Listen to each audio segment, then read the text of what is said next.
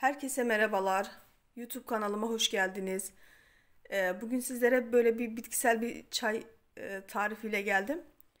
Böyle bütün bir kışı beni gibi hasta geçirenler, bağışıklık sistemi zayıf olan kişilerin rahatlıkla kullanabileceği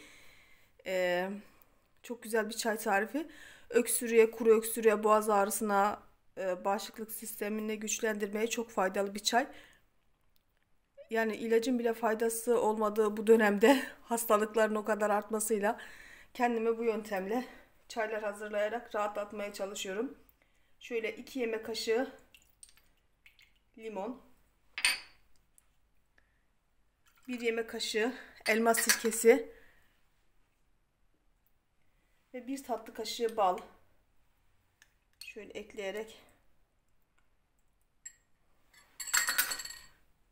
karıştırıyorum.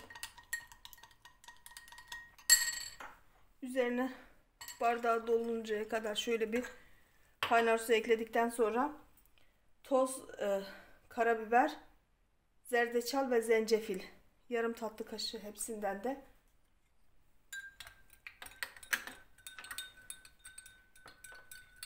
şöyle ekleyip sabah akşam aç karnına, boğaz ağrısına, dediğim gibi öksürüğe, bağışıklık sistemini güçlendirmeye yardımcı olacak bir çay tarifi. Umarım sizlere de faydası olur.